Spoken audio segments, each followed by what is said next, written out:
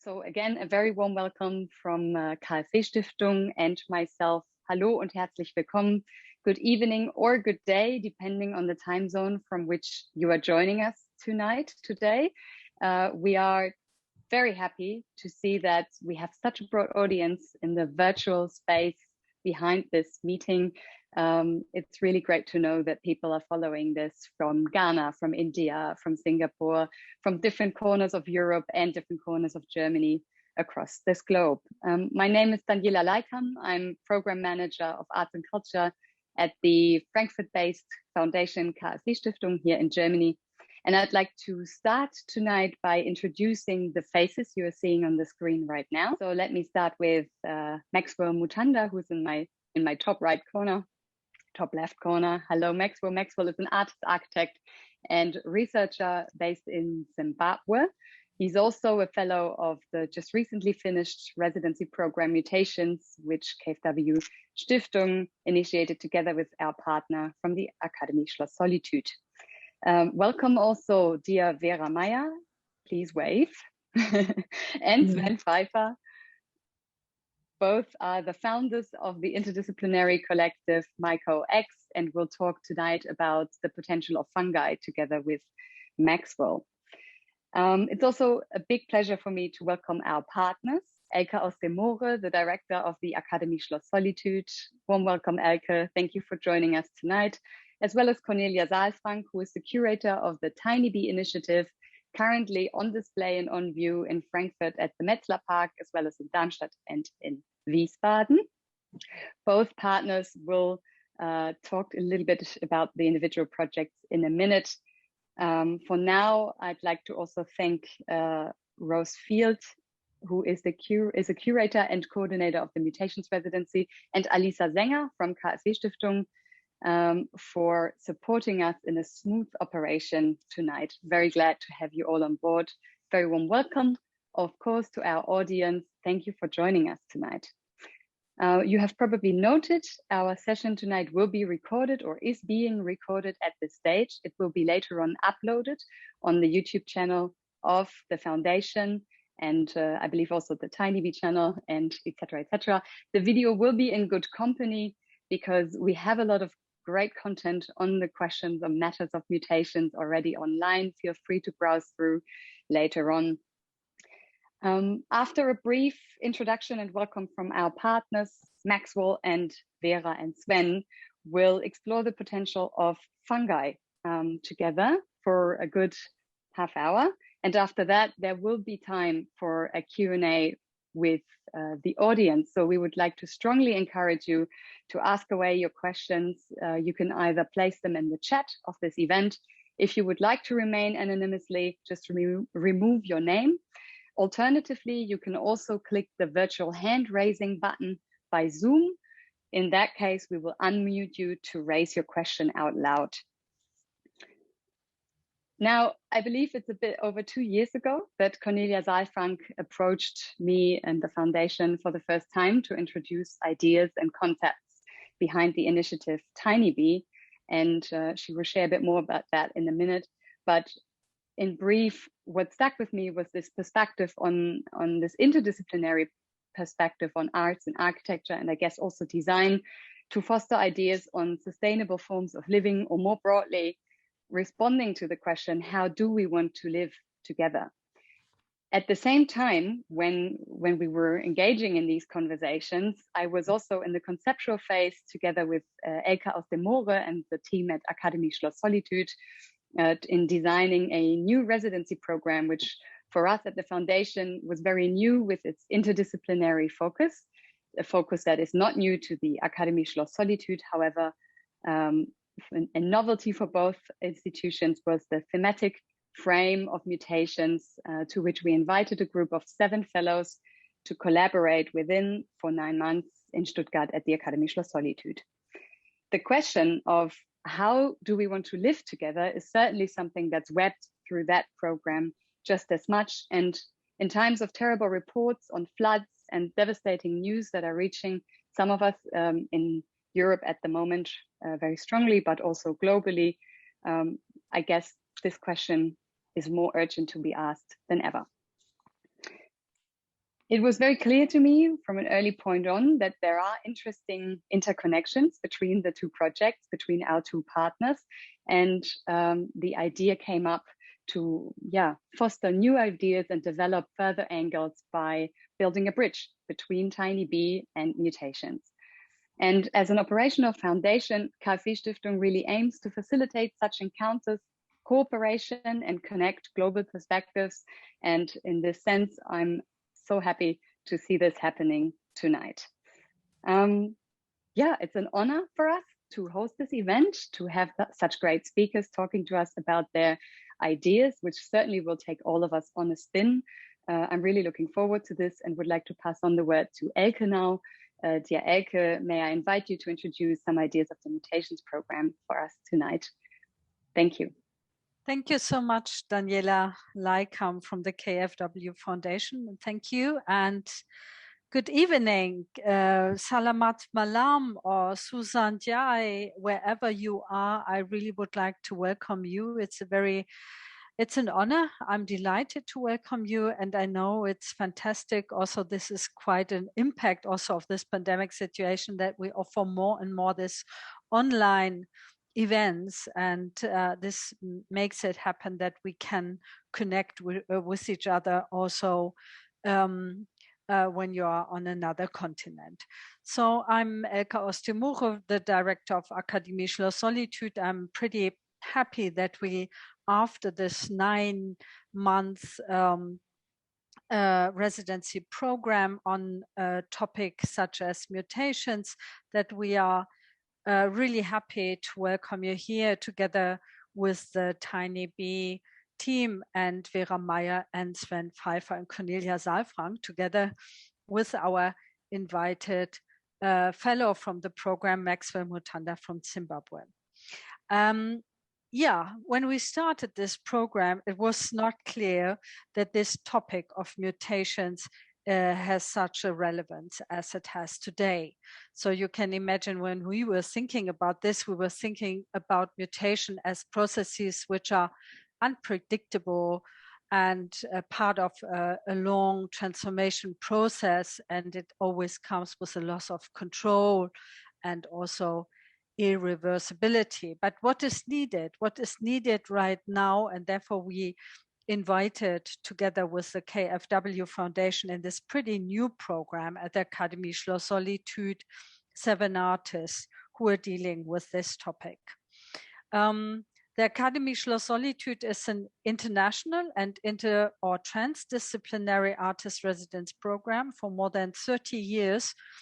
Now already more than 1,400 fellows received a fellowship, a scholarship here at the Academy in Stuttgart, in the southwest of Germany, in a Baroque castle.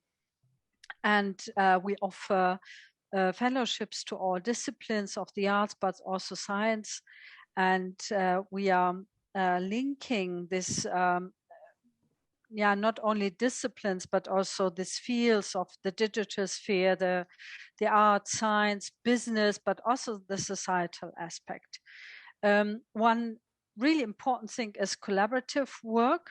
So it's quite central, and the questioning of hierarchies of knowledge production, and the development of alternative plans for the future. Therefore, I'm quite happy to share this kind of knowledge in this event tonight. And I also would like to mention that this program was lasting 9 months, and 6 months for a very intense phase of collaboration, but another 3 months dedicated to the question of how would we like to distribute this kind of knowledge. So this is also part of the outcome, let's say. And I also would like to draw your attention to the online magazine, the Mutation online magazine, and the Mutation exhibition, which is on stage here at the Academy till August 1st. So I would like to welcome also to have a look on this. Thank you for coming and joining us. And thank you. I will give back the word to Daniela. Thank you. Thank you so much, Elke, for these introducing words and for joining us tonight, sharing your time and content with us. And I'd now like to invite Cornelia to offer us a little bit of background on the TinyBee initiative at Metzler Park.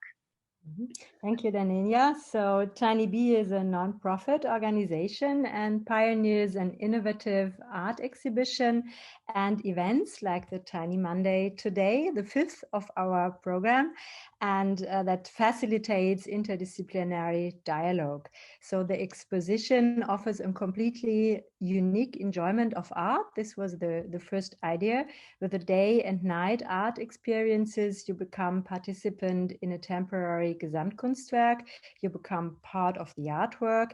It sells and experience habitable sculptures of 8 international artists and collectives in an unforgettable way. So all the sculptures were realized for the first time for TinyBee, and they are shown until the 26th of September in the Rhine-Main region, including the Metzler Park in Frankfurt and at the Landesmuseum in Darmstadt and the Kranzplatz in Wiesbaden.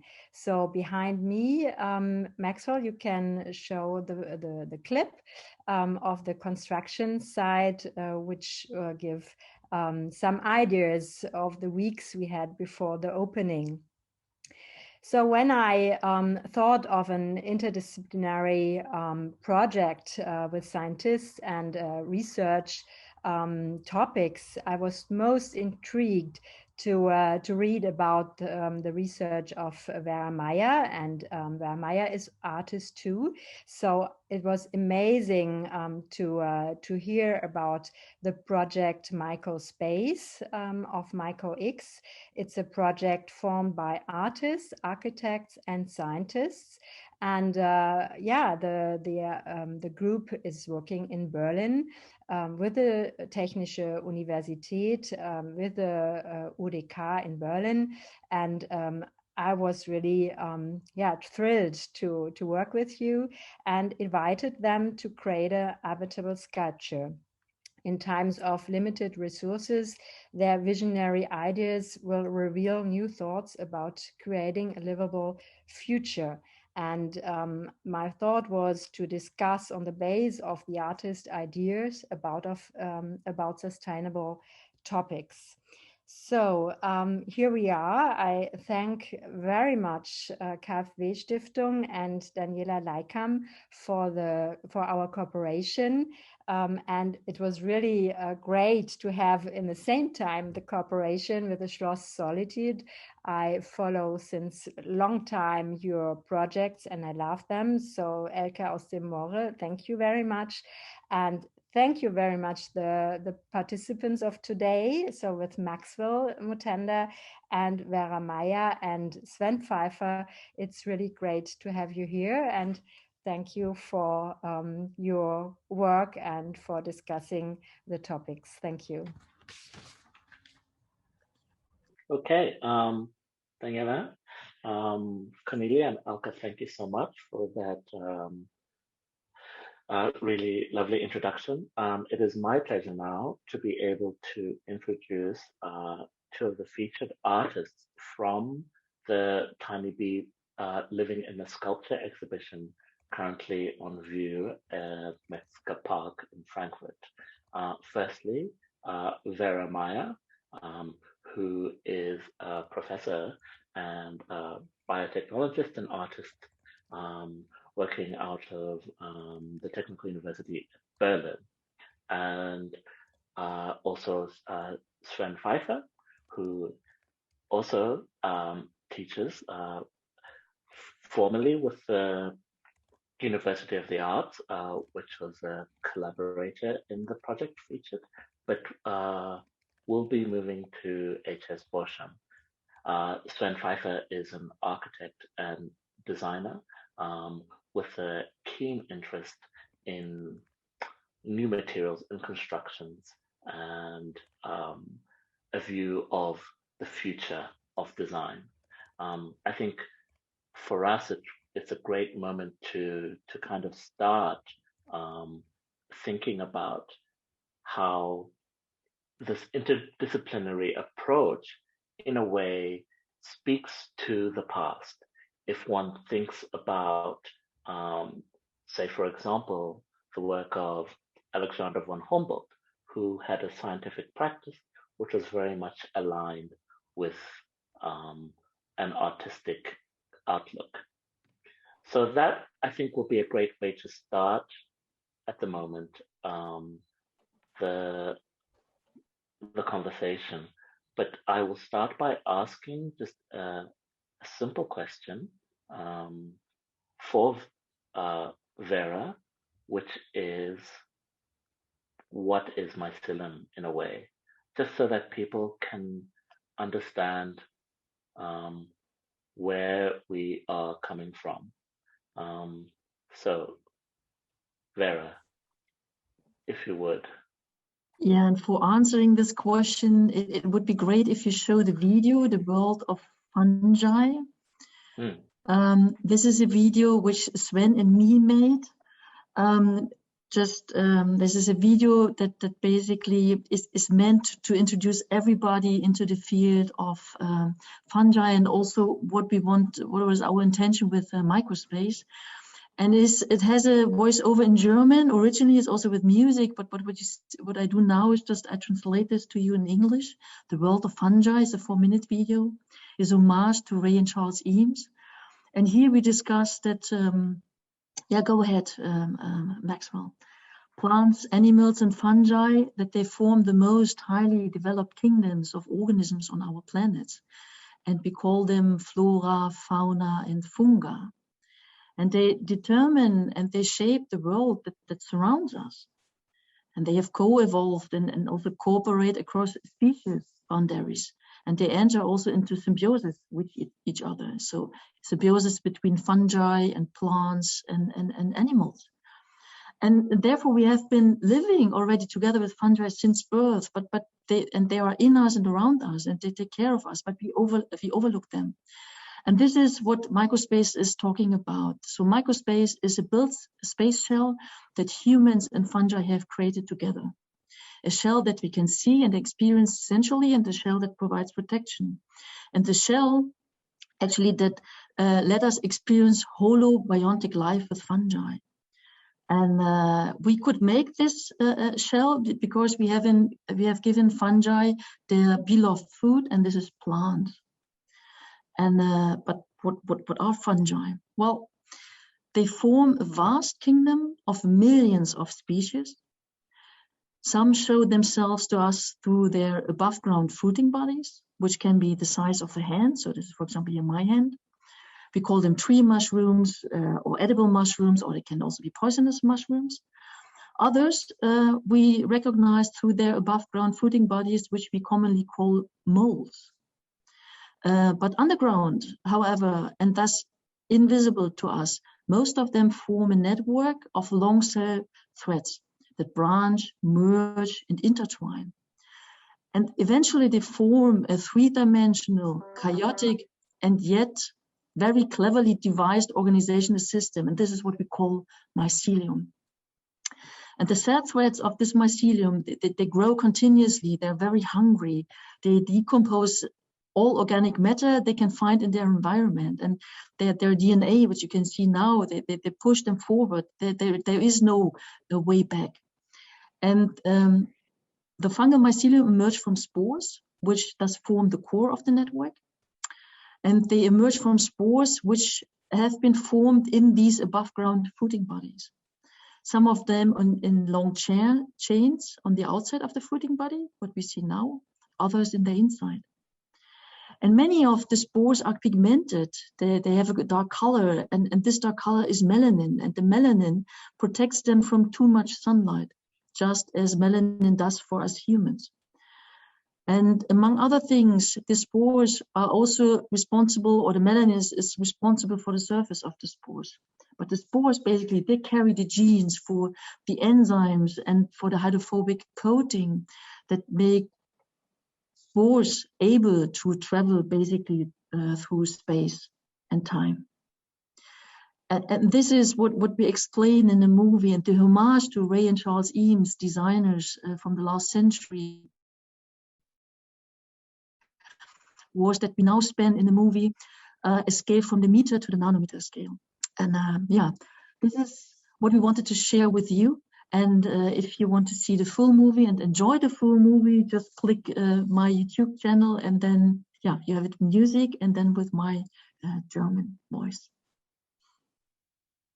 Thanks so much, Vera. I think it's a really great way to start and open, because you know, mycelium can seem quite foreign to people, or this idea of mushrooms as a material that one can work with is new, but as I mentioned, it also speaks to the past, because natural materials really speak to the way in which architecture has presented. So I'll quickly just interject by sharing this idea of designing through indigenous knowledge, and just share with everyone these two examples. One, an early childhood development center by A Studio Space, built in Zambia for UNICEF, and the other, Francis Carer's library for the Gando Primary School, which also uses local natural materials as a way to provide sustainable construction. And sustainable construction is something that I imagine for you, Sven, was a key interest for this project and your work in general. If you'd like to share with us some interesting points that you may want to talk about, specifically on this idea of new materials, shall we say, and what can this mean for people? Thank you, Maxwell. I think these examples are really well chosen, and I really like them because they show actually that the materiality can be quite sort of ages old. It's like mud constructions are the first constructions we have on Earth. Also, wood constructions would fit in here quite well. I think these are all, you could say, they come with firstly with a sort of sustainability in the material itself, but they also come with a great knowledge of working with them, which has been developed for a long time. So people know instinctively how to use this material. And now, if we're looking at fungi, it's a similar story, because the material is, of course, has always been there. We are just putting it in a way in a different shape. But the aspect of building with local material is quite interesting here, because when Vera introduced me to this material, I was quite surprised that it's actually a material that comes from, you could say, our neighborhood. It's not something we have to import, but it's something that has been around us for a long time. So in a way, it's a material you can borrow from nature, but you can also give back to nature after you used it. And these are, of course, super relevant questions regarding our problems we have right now. So if we talk about, No, I think that giving back to nature was a very key point in this idea that people may not be aware of circular design, which I think would be interesting for audience members. Yeah, as you can see here, maybe I just, this is the kind of you could say the digital sketch for our design. It's a geometry that also uses a lot of digital technology in the design process, but it has many references, and it also tries to find a sort of the best way to use this new material, to put it in a certain shape or form for a certain amount of time, but then also the deconstruction of the pavilion is a central aspect for us. So it's all demountable. You could basically, you could probably even leave it in the Metzler Park, and it would would stay there for a little while, but after a while it will be gone and without any contamination. So that's for me, that's a key aspect that we as designers and architects start to think more about, less about mining, but more about, you could say, cultivation, buildings that are active and less passive. And that's a huge network of designers and as you say, and architects, artists, scientists who are working on these issues right now. So here you could you have a short introduction for those who cannot be in Frankfurt to the building in a digital version, but we'll probably get into this a bit later too. Yeah, I think what would be of interest, I suppose, if we think about the theme for today's TinyMonday, this idea of mutations in urban development, is this idea that these new materials are flexible and adaptable, as you've mentioned, as opposed to the way in which we've historically built our cities and our buildings that have this, in a way, a false idea of permanence. But as we can see with regards to the issues of climate and the tragedy which we should really take some time to acknowledge, currently within Germany, the Netherlands, and Belgium, this failure of working with the natural environment and supposing a built environment that's completely separated does come with some problems. So I think that point that you mentioned, that you can almost leave the structure in a way that it gives back to the environment, is quite interesting. In this idea of building within a natural life cycle, which is something, like you mentioned, if we look back at these adobe constructions that uses clay and mud or thatch or timber, it really works within a life cycle of the natural environment to propose a built structure that that almost lives, and mycelium even more so because it is alive. So I think that would be quite interesting to ask you both, especially you, Vera, with your first sort of experiments with mycelium. I can't imagine they were at the scale of a structure. So how did you start?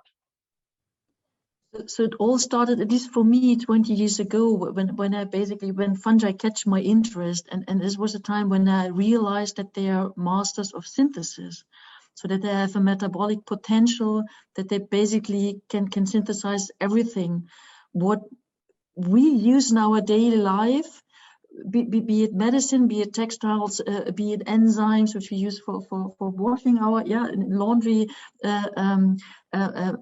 So they produce so different materials for us, and this is what basically intrigued me immediately. So that the microbial world, and here we can speak broadly, not only about fungi but also about bacteria.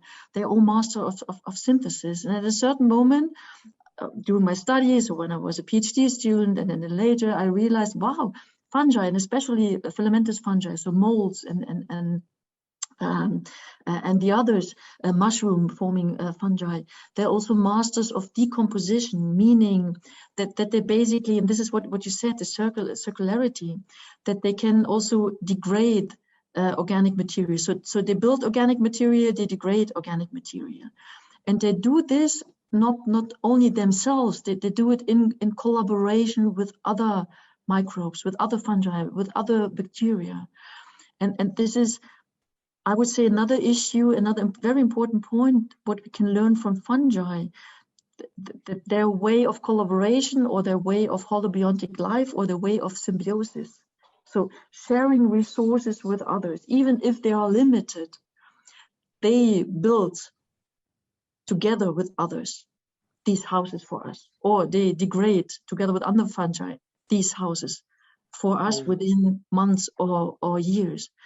And yeah, fungi, so there are synonyms for several things for me. And as a professor in microbiology, I teach students about biochemistry, about genetics. Yeah, so what are for building something? Why are fungi so strong in terms of why? Yeah, can we use them for these lightweighted but strong materials? This is one thing, but as an artist, I'm also interested basically to research them from another angle, from another perspective. So how can I or we learn more about this kind of symbiotic, co-evolutionary, collaborative work? Because in my scientific work, I'm sort of, I have my specific research questions, but in the artwork, I can be more speculative. And this is how also Sven and me became together and thought, and perhaps it's also an interesting issue. So we both met in a museum in the House of Futures in Berlin, because he had, Sven, yeah, you had an exhibition about digital design, and I had an exhibition together with other artists and scientists on fungi as a material, and then bam, we have to work together, right? And then we thought, okay, what can we do first? And then we came up with this microspace idea, and then yeah, this is how it all started, right, Sven? Exactly, yeah. I can remember. Yeah, it's yeah, this idea of bringing the sort of the natural and maybe the digital together is also interesting, because these realms they really are so important and becoming even more important. So it's not something that we can really do with like purely analog means, I would say. Also, there's a lot of calculation and computation in biology, of course, in the research. So that's a huge aspect too. Yeah, I think I was really taken by how you said Vera introduced you to a material that is already all around us, right? And she mentioned how it gets used within these products that we use in our daily lives. And so in as much as people see it as a new material, it really is not. It's just sort of the hidden material of our lives, right? The workings of these sort of functions, say within laundry, for example, right? That you don't realize there's a lot going on, which I think is super fascinating. And when I think about your designs, Sven, this idea of taking it, as you're saying, there's computations in nature, and then there's the computations that you use. And it takes us beyond this leap of just sort of looking at nature for inspiration, but really working with it. So beyond this idea of biomimicry, say to design ventilation systems that are inspired by the inner workings of anthills or termite mounds, but really to specifically use the materials or the properties of those materials in nature, in construction, which I think is fascinating. I'm also mindful of this idea that you guys sit at the forefront of a really large team, which I'd really like to take the moment now to introduce with a quick video that is just 1 minute long.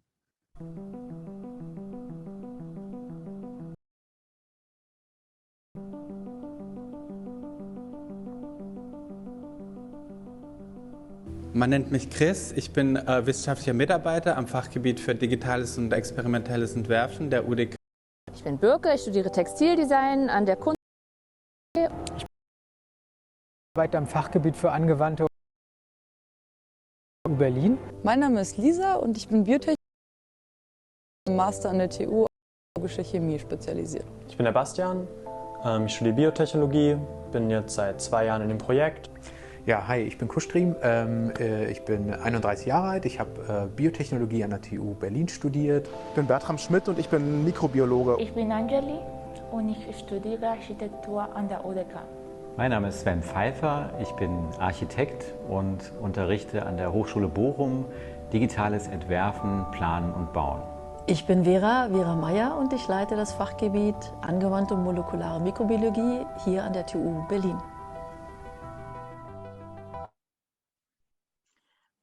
This was Maxwell right from the beginning. It was basically clear to Sven and me that if we just go together, we can only basically achieve our visions if we think in this collaborative, interdisciplinary, transdisciplinary way, and that this only can go in a collective, and that we also have to basically that both of us sort of have also to disappear, yeah, behind the collective. So we push Micro X forward, and I'm very much happy that you just showed this part of the video. And for those who are interested, the video goes much longer, and there we answer some more questions. But none of us has the ability to answer the most important questions of mankind, but if we start working together, if we start sharing our knowledge, if we start sharing our resources, time-wise or material-wise or whatever,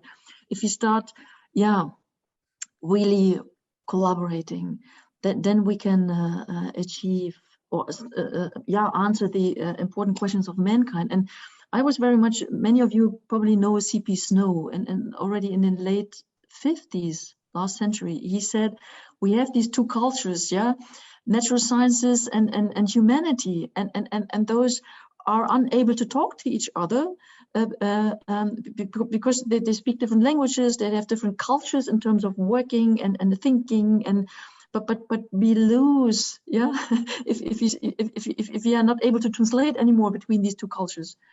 This hinders us in solving problems of mankind, and therefore we are the Micro X collective, and we have students amongst us. We have artists, designers, biotechnologists, microbiologists, and so on. And it really makes fun. It makes fun.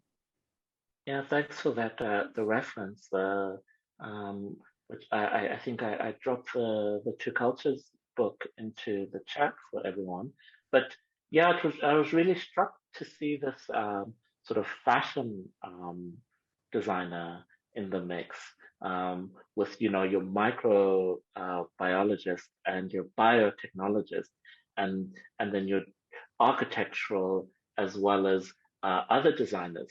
I mean, you've already mentioned the potential of mycelium, and to the point where you can even have like this mycelium leather, and so the idea that it takes a group of individuals that cut across science and arts, I think is super, super exciting and super, super strong for everyone.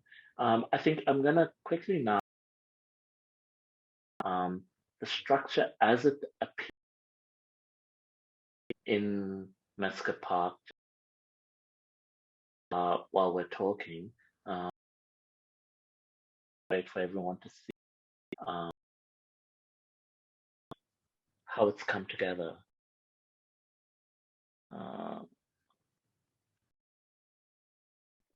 Here we go.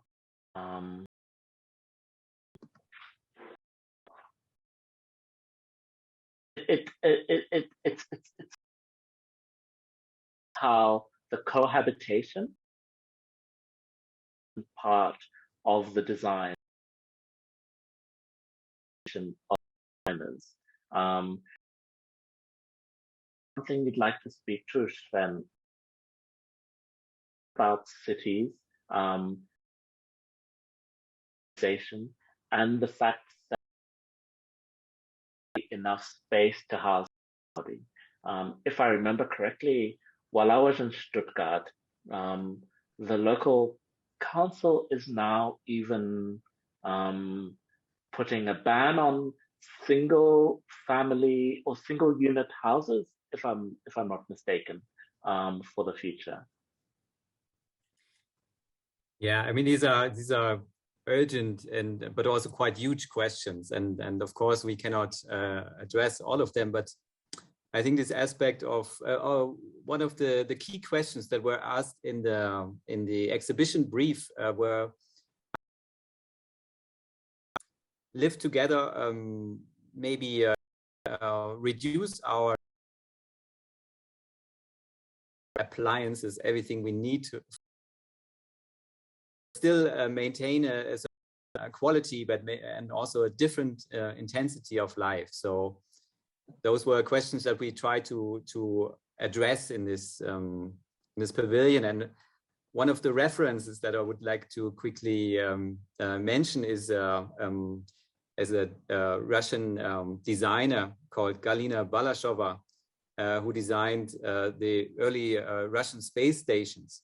And Vera and I were looking at these drawings, and we were intrigued by those beautiful, I think they are watercolor drawings of the space stations, and they were so smartly designed, still providing a certain quality of space in a very confined environment. And that's maybe also why the pavilion behind us looks in a way like a space station. I mean, we got a lot of sort of names for it already, like I don't know, all sorts of animals with scales on them. So I think it creates a different image in each head. But this idea of maybe questioning our comfort, and of course to bring ourselves maybe at a more level with nature, whatever nature in that context means. So it's not the untouched nature that we are looking at. It's more sort of also a mix between nature and culture. So material that is we are using in a way, but we also give it some control over these spaces. So it has a certain right in this process, I would say. Yeah, these were questions that we try to address in this structure. Maybe one last thing, this is also an experiment. So this building is not necessarily a well-functioning building where you could move in next day. It's something that we leave there over a certain amount of time, and we see how it would also change over this time. Yeah. There is when sorry. Please go ahead, Vera. When you start reading about Galina Balashova, there at least for me, two important aspects. So first, she was also crossing borders. She was an architect, female architect, but she was surrounded only by engineers, and her task was just to design the interior part of the Soyuz capsule and the Mir station.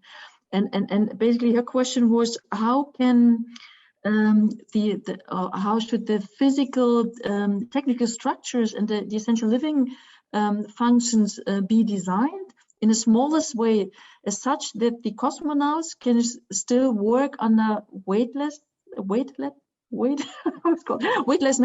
and under high physical stress. And basically, we translated this question to how can biological technical structures, and essential living functions be integrated in such a way, in the smallest possible space, so that we can live and work there. And for example, the interior part you see behind me, or you see behind Sven, this is basically this symbolizes the lamella or the skeleton of the sculpture symbolizes the lamella of a fungus, of the fungal fruiting body, the geometry of a fungal fruiting body. And basically we take a perspective like a snail take a perspective when she's sitting below a fruiting body and just protecting against the rain. So the inner and the outer part, we always wanted to change perspective. So let's look to the microcosm. How can we survive there? Then we also have to think about limited space and limited resources, but how basically could also animals or micro organisms, how they perceive their environment. How do they live the environment? And I think this, at least for me, this is very important to start, or instilling such a kind of discussion and getting people interested in, okay, what happens to me if I take a microscope or if I take a telescope? So therefore, you find in the sculpture also a telescope and a microscope. Yeah, I mean, I really like this idea of experimentation that you've touched upon, and I'm quite curious, thinking of it with working within the institutions, right? One, this technical university, and the other at the time, this University of the Arts. So within the built environment, within architecture schools, in Germany in particular, I know there's this tradition of design build studios for architecture students. But is there any bridge between, say, that model and obviously the freedom of an artistic approach, right, which TinyBee offered here? Do you see any steps going forward, say, within the sort of academic programs that allows for this kind of experimentation at the scale? Let's put it that way. Maybe about the design build aspect. That's something that's really I think still a growing movement, and a very valid one, because you can basically do experiments in one-to-one. You can bring in different levels of knowledge in this process. It's also a knowledge that is maybe not written down, but it's also a knowledge that is sort of within your hands, like a tacit aspects of knowledge, how you do things. It's also something that works with atmospheres and bodily perception. So it's much different than you would do a studio, let's say in a atelier at the art academy, than building sort of in the Metzler Park with all sorts of also locals coming around asking questions. So it's I think it's a challenging movement, because it involves machinery and it involves dedication, but it's definitely worthwhile. And the question you are asking is how to connect this to sort of an artistic practice is quite interesting, I think, because that happens, I think, not very often, but we try to bring these things together. Also, as you already saw, there's a textile aspect, and so all sorts of different things coming together. But it's definitely worth to work in one-to-one for me as an architect. Yeah, I mean, and Vera, from the side of, say, the biotechnology, I know of an example in the United Kingdom where you have sort of, it's more like a commercial model or experimental model for young designers interested in, natural materials like mycelium, or sort of this circular design potential of shellfish in design. So there's one site called Open Cell, which is a sort of a cluster of almost laboratories in a way, right? Where people can then work on these kind of experimentations. But I'm not familiar with anything similar in continental Europe. Is this also something that's available?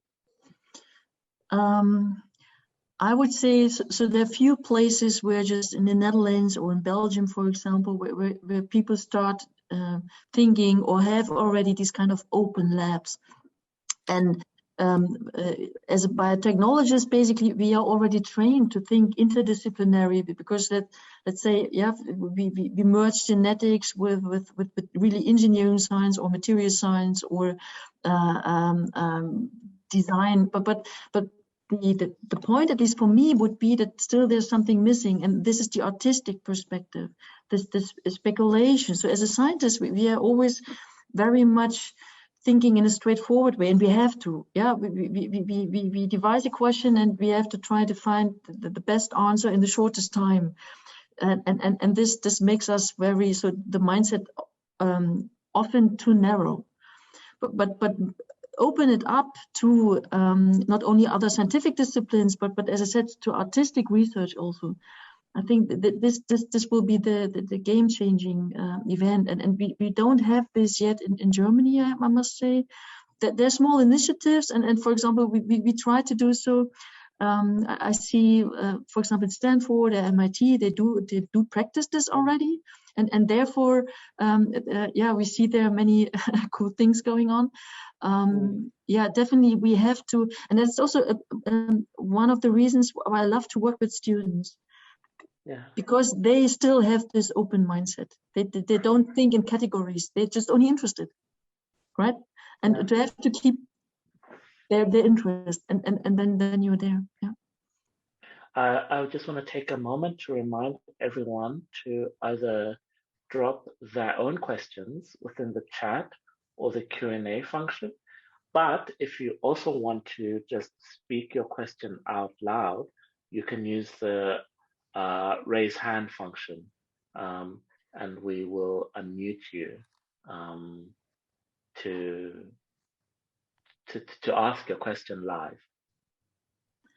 And perhaps I take the liberty, basically, because Sven, he mentioned this woven textiles which are in the sculpture, and these were made by Birke. Birke, she's a student at a university of arts, and basically we learned from her how to get pigments from fungi. So we as a collective, we disappeared in the woods, we collected fungi, we knew which ones to collect so that they make a yellow or green or red or orange, pinkish color.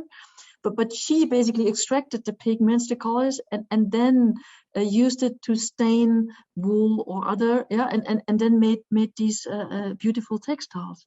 And this is another very important issue, that this is, it is also a learning cycle for each and every of us, not only from disciplines. It doesn't matter whether you're a senior or a junior.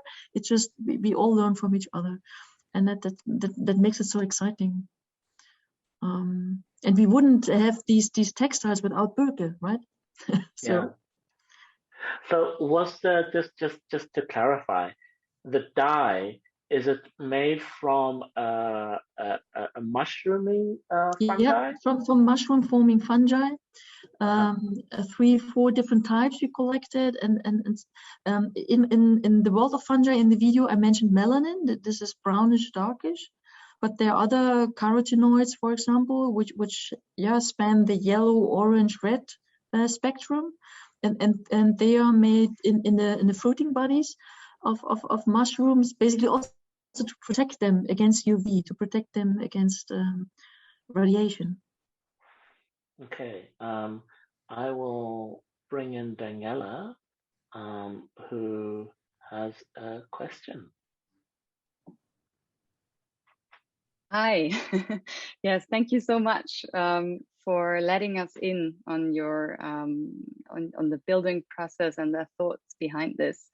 I was wondering, I mean, we've touched a little bit upon this or you have touched upon this throughout the conversation, but perhaps could you elaborate a little bit more, all three of you from the different professional backgrounds and also regional backgrounds, on the structures in which fungi grow and how that coincides with urban spaces, or even, to be very precise, cities, and how that disagrees or coincides. Is this, we're talking about, learning from the structures that fungi grow, or Vera, at the very beginning, you were elaborating a little bit more on that.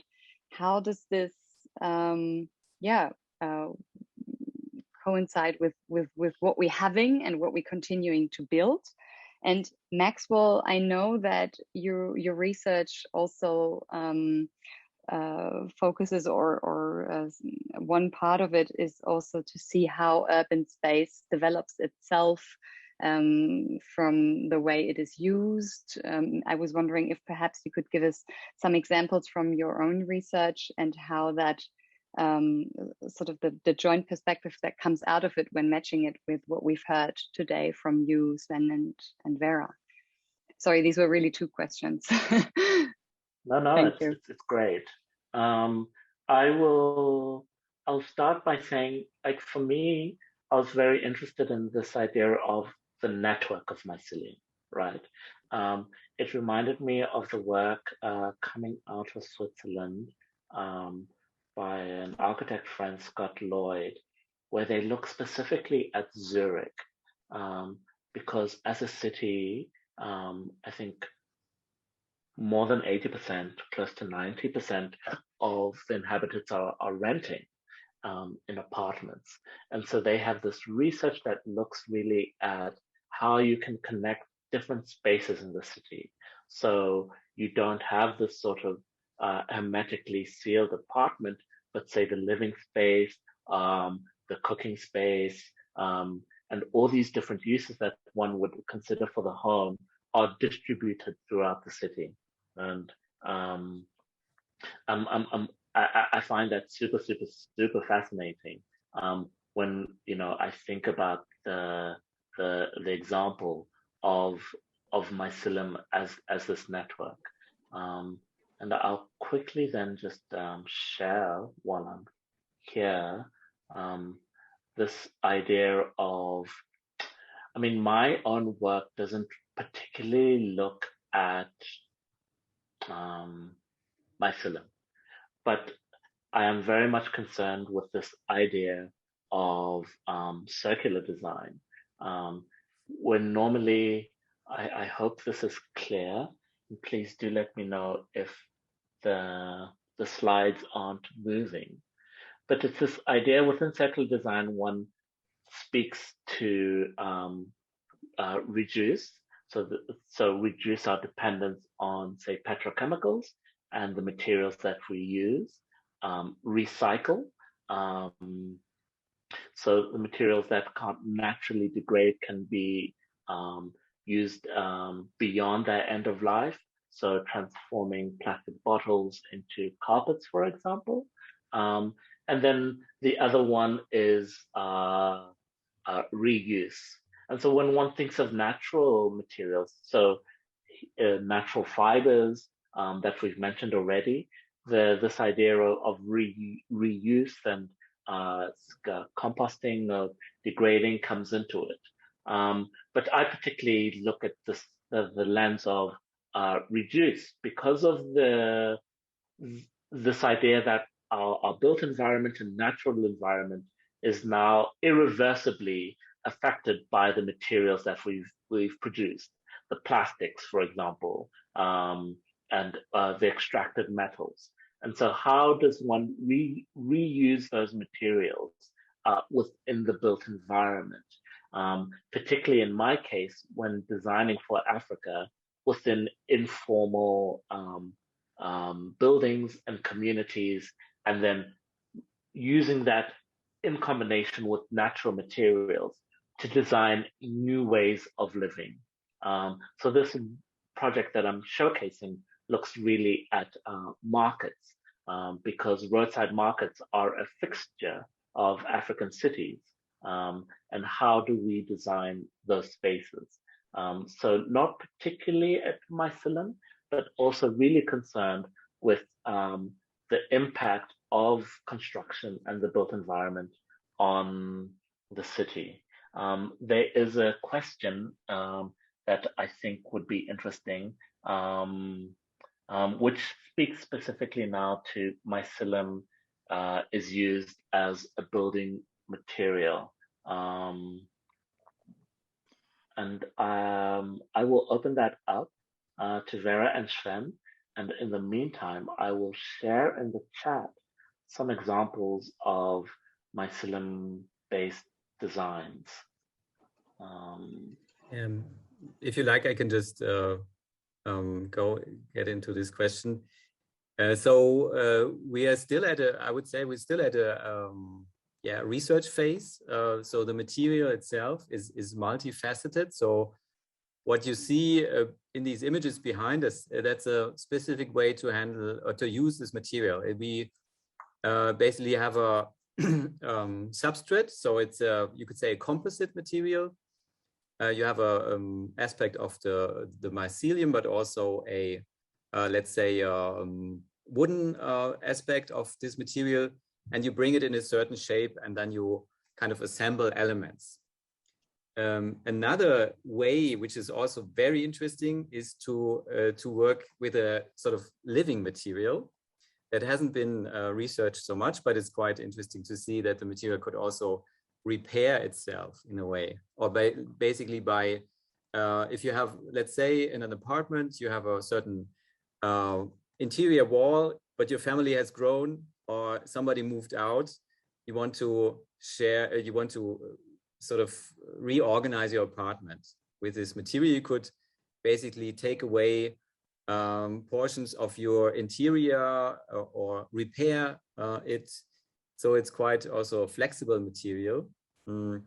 That brings me back to the question what this could, how the relation to the urban fabric could work. It's sort of a system that you can move into certain directions, and it's something you can take away for a flexible use of this building fabric that we have, because most of our cities are built, at least here in our context, let's say in Berlin or in Frankfurt, most of the buildings are already there. Yeah. I'm just sharing from Arab, the worldwide engineering firm, these mycelium bricks that were designed just for people to look. And I've shared also previously mycelium in different capacities, not so much at the scale of a building. There's a question in the chat, but Stephanie, you have your hand raised, so we'll come to you. I will, I think you've been unmuted. Yeah, hello, can you hear me? Go ahead. Great. Hey, I'm an ecology student from Innsbruck, and I'm like working or thinking on alternatives for those glacier fleeces that are laid out on our glaciers during the summer. So I have a particular question to Vera about the material. The structure of the mycelium, because you were talking about that, or I know that you can use that material kind of as a leather, for example, or as textiles. Is there a chance to use the mycelium, the fungi, the material, kind of as a fleecy material, kind of, and what about the nutrient input after like production? Very good question. So basically there are two options. You can use the pure mycelium. This is, for example, what we then call textile or leather, vegan leather. Or you use this composite material. So the fungus has grown on and into plant waste, which comes from agriculture or forestry. And whilst growing on and into these, think about straw or think about sawdust, it forms this light-weighted material, which is on top of our microspace. And this, for example, you might use, it can be a filter. You can use this for construction, filter for air or water, or you can also use this for a fleece, or you use the pure mycelium. The importance, and this comes back to the question Daniela has asked, so why can fungi offer us answers to the question Maxwell has posed? So how can we reduce the dependency from concrete or the dependency from plastics? The answer is in the metabolic capacity of fungi. These are the only organisms on Earth who can grow on this plant waste. And whilst growing on them, that they produce either the pure mycelium or this composite material. And it's up to you how you use it, what your ideas for use is. And what I'm posting now is a link to a book which we have published last year from a 2-year citizen science project, Mind the Fungi, where we have basically integrated do-it-yourself protocols. So you can do it yourself. You can make the mycelium yourself, or you can make the composite material yourself, wherever you are in the world. And that's another important aspect in our world, that the insights we get from our research, that we publish them openly, that we publish them as open access, so for free. And I think that's a great segue, Vera, because Emiliano has a question in the chat that speaks to this idea of openness. He says, "I'm from Buenos Aires, Argentina. He's an MA student in electronic arts, and he'd like to know of any data that you can share about fungi communication, since he wants to develop interactive storytelling involving fungi, information, communication, and feedback into the narrative." So you were saying you publish your own work, and do you know of any other secondary data sets that may be available? So that question goes into the direction of mycorrhiza fungi, so fungi that grow inside symbiosis, for example, with plants, in plant roots or around plant roots. And I'm not a mycorrhiza scientist, but there the communication between fungi and plants, that they have been studied much. So you have to dig into that literature. What I've just posted in the chat was just the book publication where we published do-it-yourself protocols, how to make the composite materials, with which you can use them as building material, construction material, or even as a filter to filter your air or water. So that's then really up to you what you can use for. But there's so luckily that the community, the fungal community, is very open in sharing their ideas and thoughts and visions. So you find easily information when you just start searching the internet. Great. I'll move on to this question from Giovanni Galizia, who says, "Thank you for the presentation. The way I understand it, you are now using fungi to extract novel materials. That is very impressive.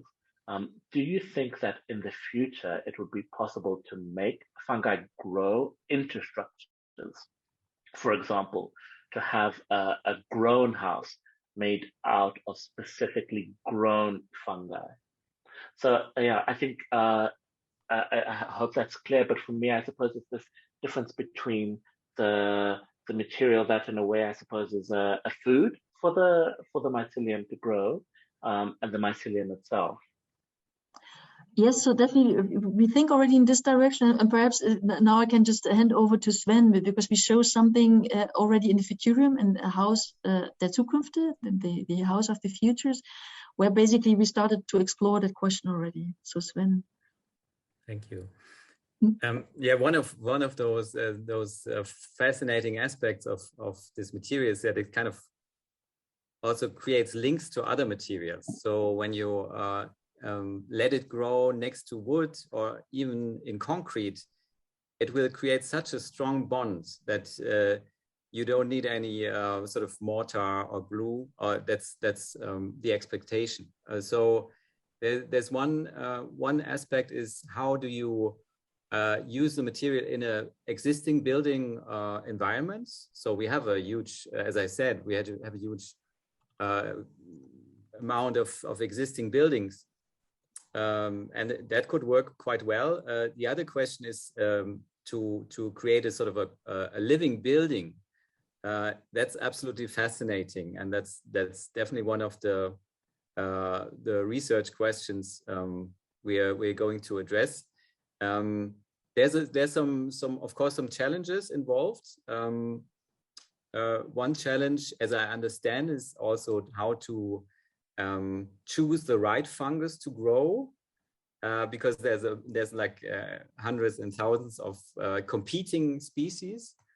But as you see here, this is an experiment with a 3D printed structure, like you could say a space frame.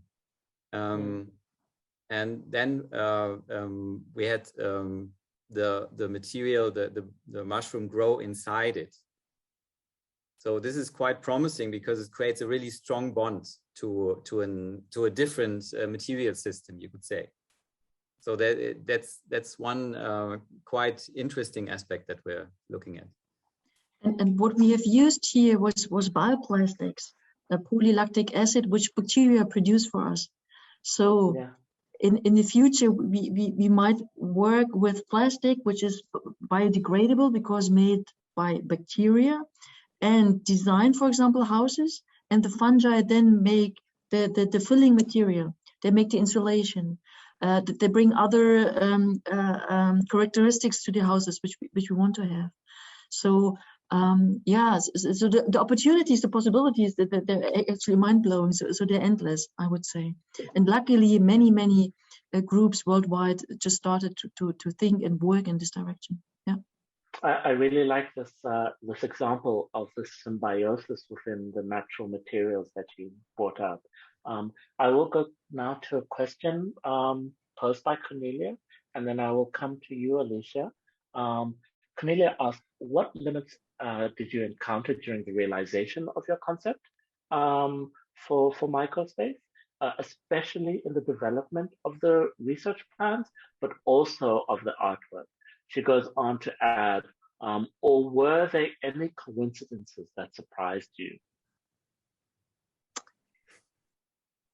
Perhaps the limitations, starting with this, you saw the nice movie where, so the digital design, how the sculpture should look like. And now when you look behind Sven or me, you see that these modules, this 5 or 6 angular modules, that they're not perfectly fit to each other. The beauty is now when you're inside, you get sun coming in, right?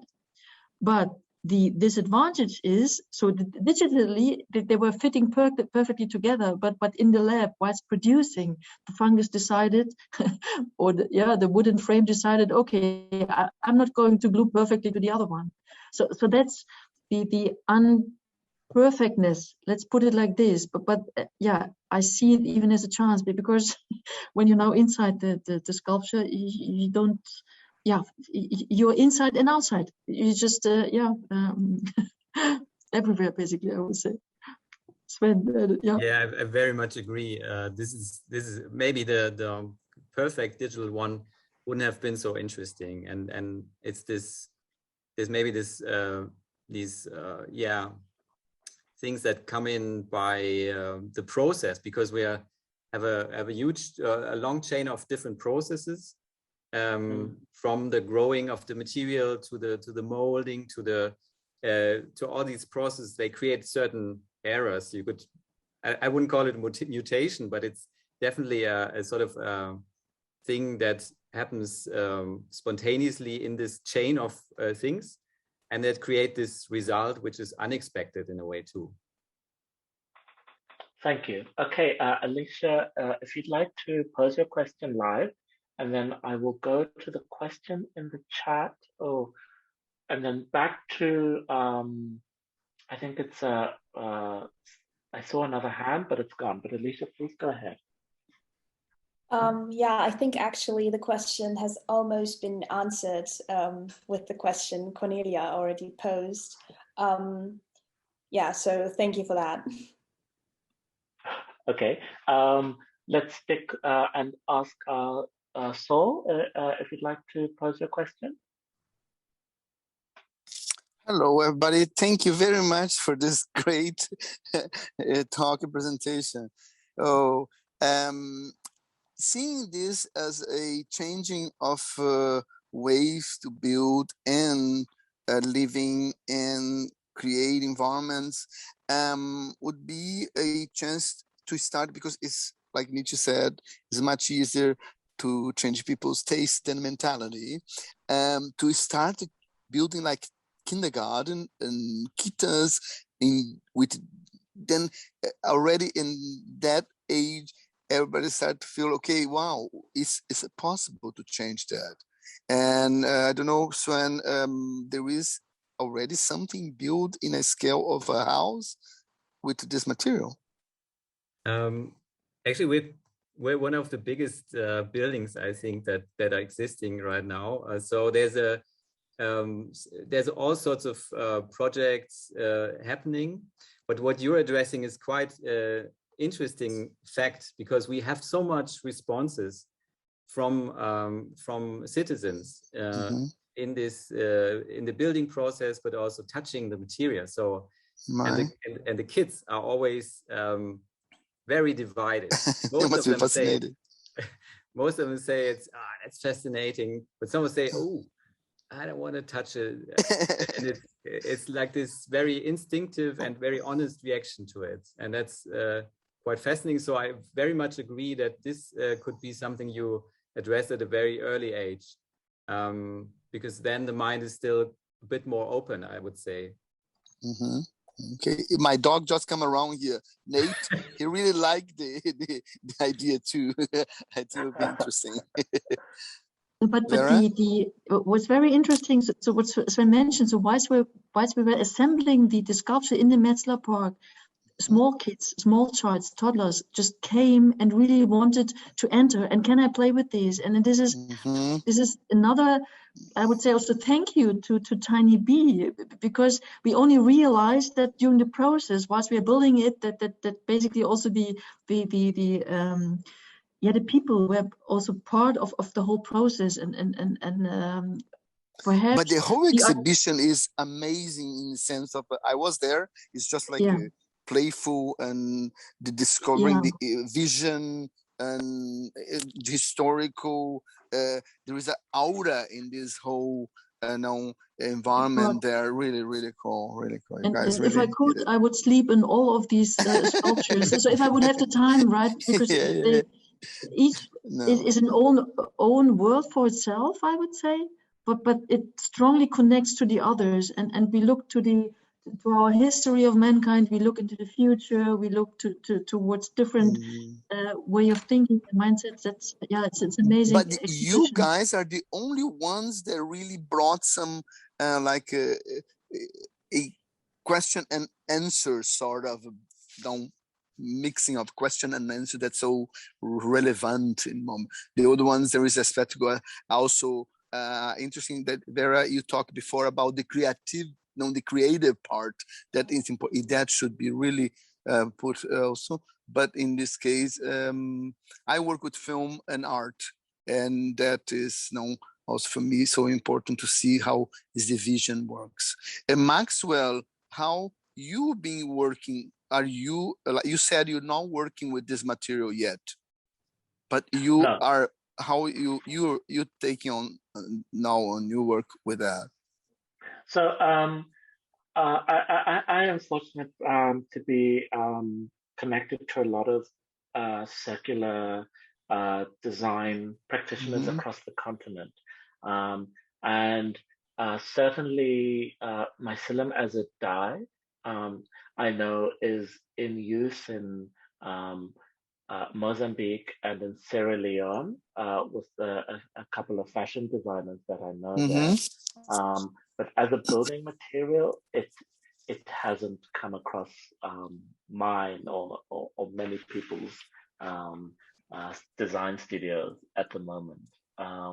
Thanks for your question, Sal. I need to move. Thank you. On just quickly. Bye. Thank you very much.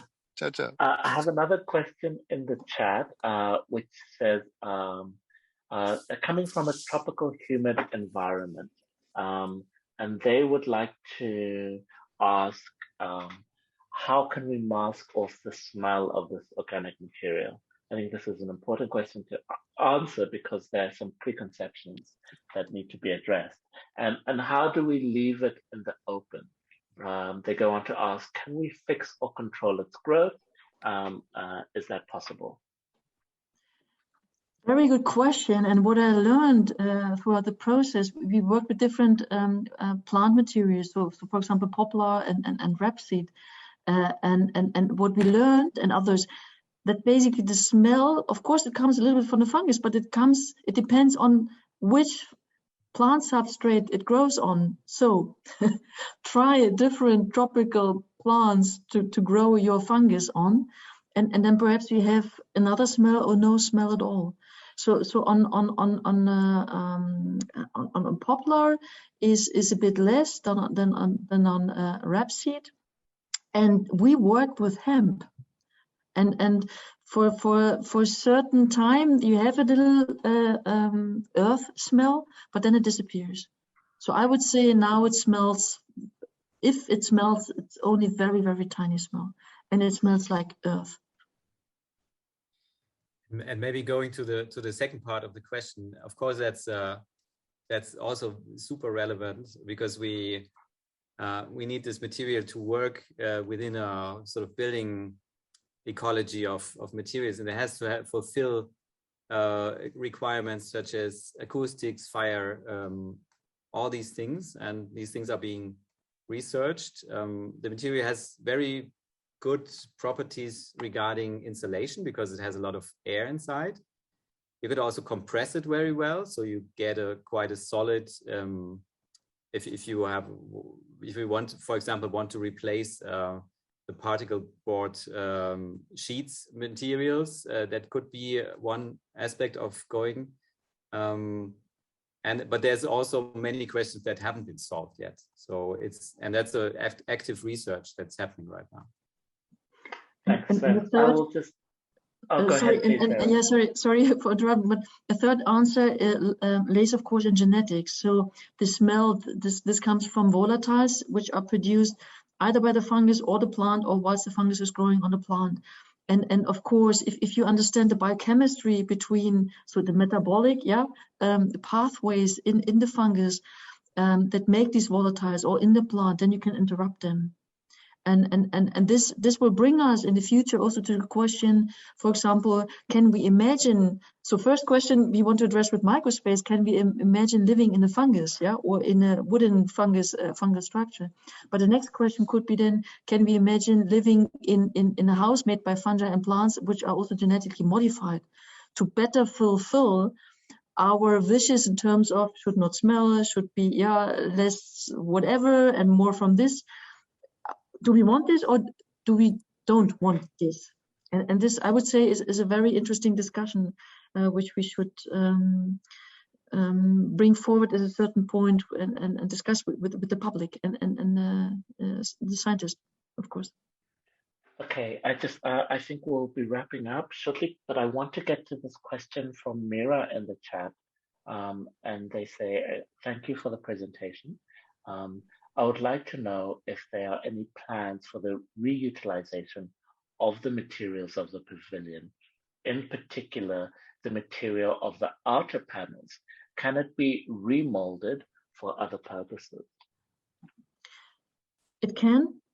So we can inoculate another fungus, a living fungus on it, or so we are not certain yet, to be honest, what we will do with the sculptures. So either we find a museum, for example, who says, oh, we would love to house it for a longer time, or we let it decompose in nature, or we basically start researching it in the lab, how we can basically frame the decomposition in a lab environment, so under controlled conditions.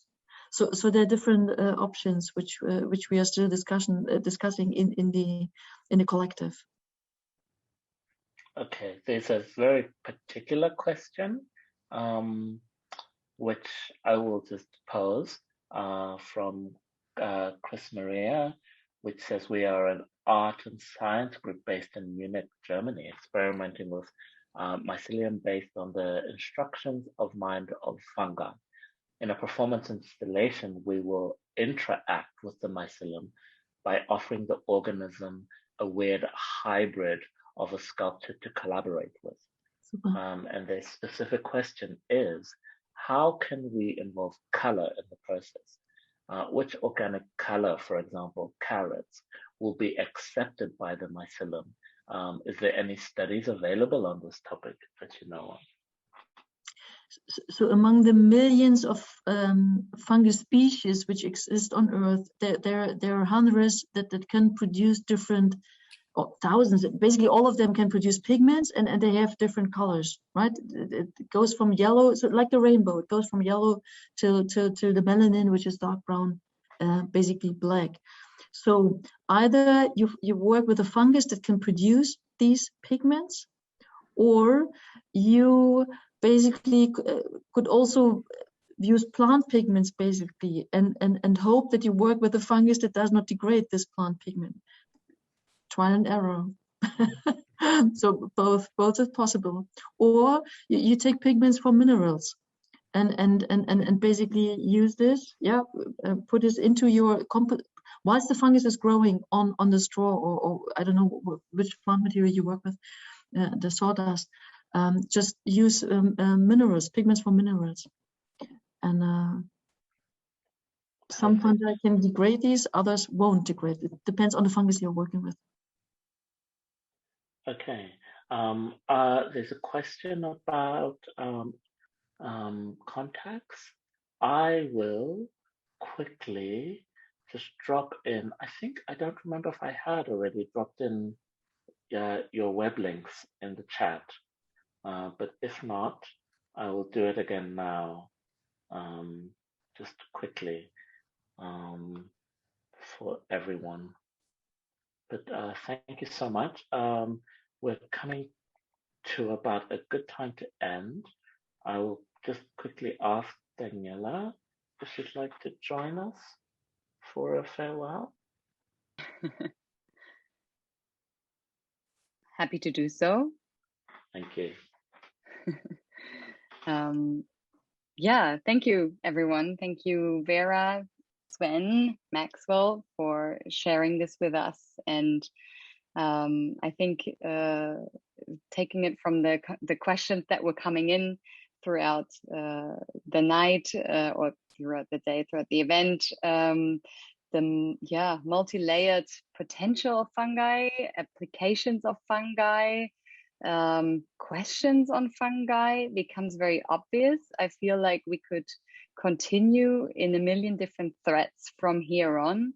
Hopefully tonight's event has sparked an inspired remaining day to those who've been listening, and will lead into follow-up ideas and thoughts. And it remains to wish everyone a fruitful day. Thank you for joining us, and we will upload this on YouTube, so feel free to share it. You will be sent a link by Zoom in a few days with the recording. Thank you, Maxwell, Vera, and Sven, for taking so much time, sharing so generously, and thank you again to our partners, Cornelia Saalfang and Elke Osemova, who are in the background, as well as Rose and Alisa, for making this a smooth operation in the background. Bye-bye from our side. Perfect. Thank you so much, Daniela. Thanks for having us. Bye-bye. Cheers. And thanks everyone for attending.